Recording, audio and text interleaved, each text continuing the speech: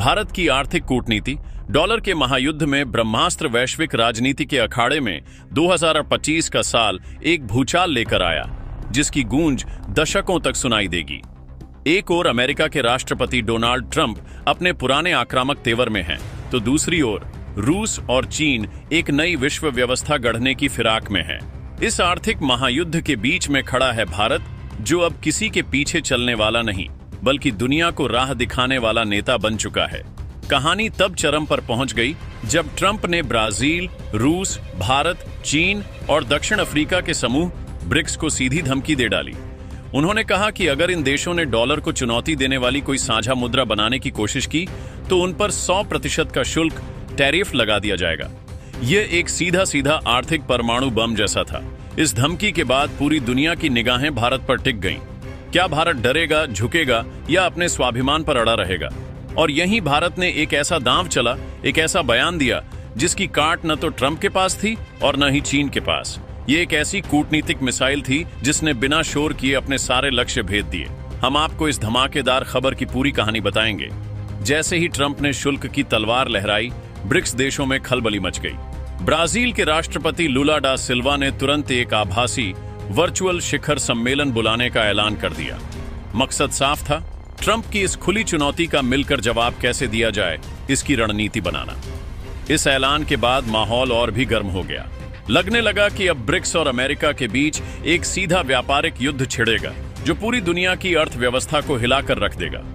लेकिन इसी तनाव के बीच भारत के विदेश मंत्रालय के प्रवक्ता रणधीर जायसवाल का एक बयान सामने आता है। यह बयान ऊपर से देखने में बहुत सीधा और सरल लगता है, लेकिन इसके भीतर कूटनीति के कई गहरे समंदर छिपे थे। भारत ने कहा कि डॉलर को कमजोर करना भारत के एजेंडे में शामिल नहीं है।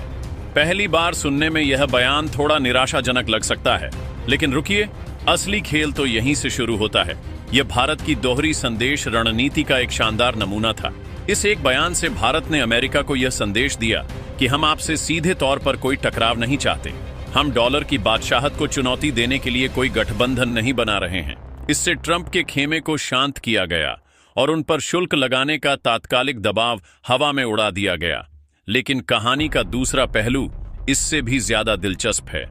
इसी बयान के साथ भारत ने यह भी साफ कर दिया कि ब्रिक्स एक महत्वपूर्ण समूह है और भारत इसके सदस्य देशों के साथ साझा हितों पर बातचीत जारी रखेगा।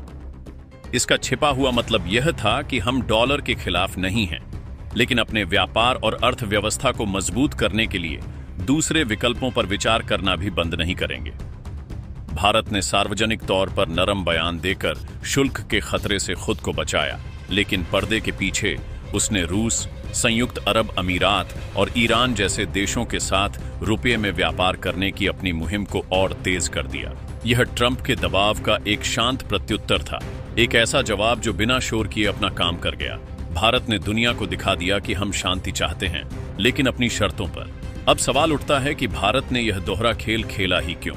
यहीं पर आपको नए भारत की 2025 वाली विदेश नीति की गहराई समझ में आएगी, जो किसी एक देश के पाले में जाने की नहीं, बल्कि अपने हितों को सर्वोपरि रखने की है, जिसे भारत प्रथम कहा जाता है।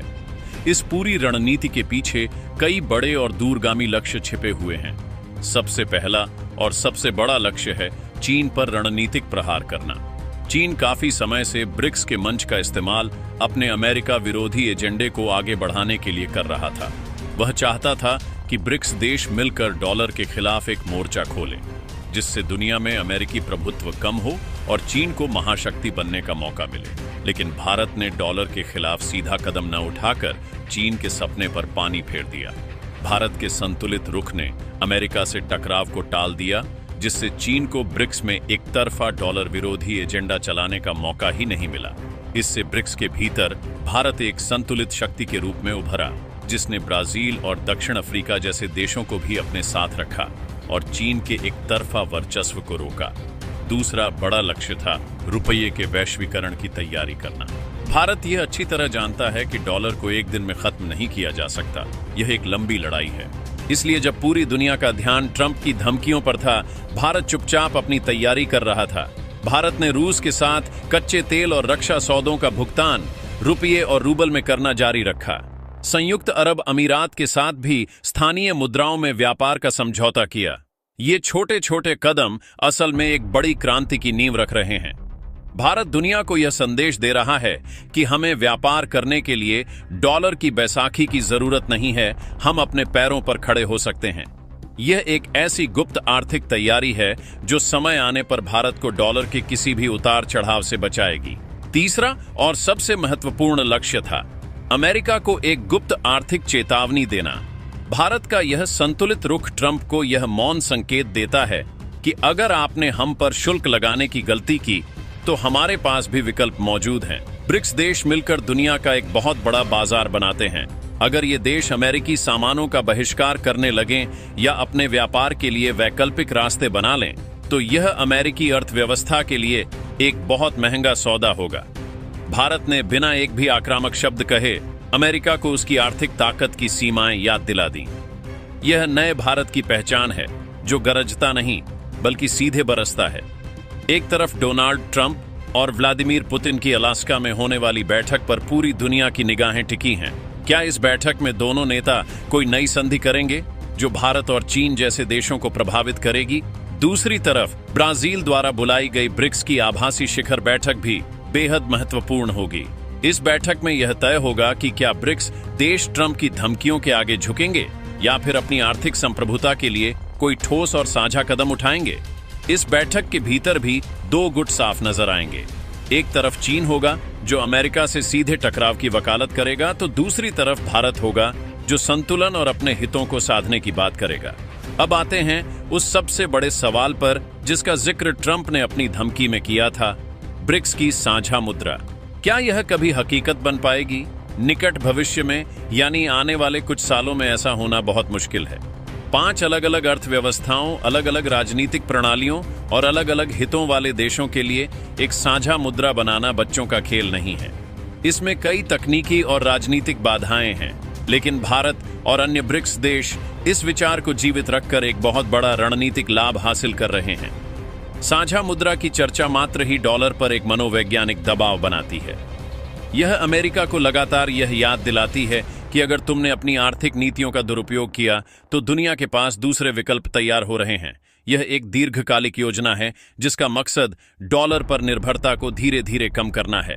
भारत जानता है कि असली ताकत किसी एक मुद्रा को गिराने में नहीं बल्कि अपनी मुद्रा को इतना मजबूत बनाने में है कि दुनिया उसे स्वीकार करने पर मजबूर हो जाए, और इसी दिशा में रुपये का वैश्वीकरण भारत का सबसे बड़ा ब्रह्मास्त्र साबित होगा। आज जो भारत रूस और संयुक्त अरब अमीरात के साथ रुपये में व्यापार कर रहा है, कल वही व्यापार अफ्रीका और लैटिन अमेरिका के देशों तक फैल सकता है। यह एक शांत क्रांति है जो डॉलर की नींव को धीरे धीरे कमजोर कर रही है। भारत ने एक ही तीर से कई निशाने साधे, अमेरिका को शांत किया, चीन के मंसूबों पर पानी फेरा, ब्रिक्स में अपना नेतृत्व मजबूत किया और अपनी आर्थिक स्वतंत्रता का रास्ता भी खुला रखा। आपके इस बारे में क्या विचार हैं? क्या आपको लगता है कि भारत की यह दोहरी रणनीति सही है? दरअसल इस पूरे घटनाक्रम में भारत की रणनीति की एक और परत सामने आती है। जहां पूरी दुनिया ट्रंप की धमकी और ब्रिक्स की संभावित जवाबी कार्रवाई पर ध्यान केंद्रित कर रही थी, वहीं भारत ने इस तनावपूर्ण माहौल का फायदा अपनी आंतरिक आर्थिक नीतियों को मजबूत करने के लिए उठाया। भारत ने अपने घरेलू उद्योगों को प्रोत्साहन देने और अपनी आपूर्ति श्रृंखला को आत्मनिर्भर बनाने की दिशा में और तेजी से काम करना शुरू कर दिया। सरकार ने उन क्षेत्रों की पहचान की जहां वह अमेरिका और चीन दोनों पर अपनी निर्भरता कम कर सकती थी।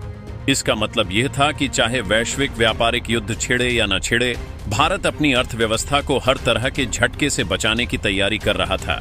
यह रणनीति केवल डॉलर के वर्चस्व को चुनौती देने तक सीमित नहीं थी, बल्कि यह भारत को एक ऐसी स्थिति में लाने के बारे में थी जहां वह किसी भी भू राजनीतिक दबाव में न आए और अपने राष्ट्रीय हितों को सर्वोपरि रख सके। भारत ने यह मौन संकेत दिया कि वह ब्रिक्स का हिस्सा है, लेकिन उसके निर्णय अपने राष्ट्रीय सुरक्षा और आर्थिक समृद्धि के आधार पर होंगे, न कि किसी गठबंधन के दबाव में आकर। भारत की इस कूटनीति का असर केवल आर्थिक नहीं बल्कि राजनीतिक भी होगा। ब्राजील जैसे देश जो अमेरिका के साथ अपने संबंधों को पूरी तरह से खराब नहीं करना चाहते, भारत के संतुलित रुख को एक आदर्श मॉडल के रूप में देखेंगे। यह भारत को ब्रिक्स समूह के भीतर एक स्वाभाविक नेता के रूप में स्थापित करेगा, जो चीन के आक्रामक और अमेरिका विरोधी एजेंडे के लिए एक संतुलन प्रदान करेगा।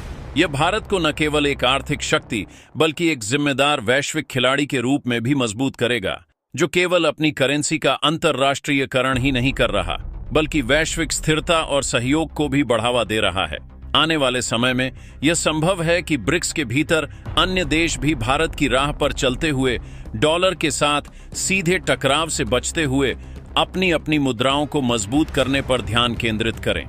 इस तरह भारत ने बिना किसी युद्ध के ही एक आर्थिक क्रांति की शुरुआत कर दी है, जिसकी गूंज दशकों तक सुनाई देगी और डॉलर पर निर्भरता को धीरे धीरे कम करेगी। दोस्तों, इस पर अपनी राय कमेंट बॉक्स में जरूर बताएं। इसी तरह की और भी नॉलेजेबल वीडियो देखने के लिए हमारे चैनल TND न्यूज को सब्सक्राइब जरूर कीजिएगा। धन्यवाद।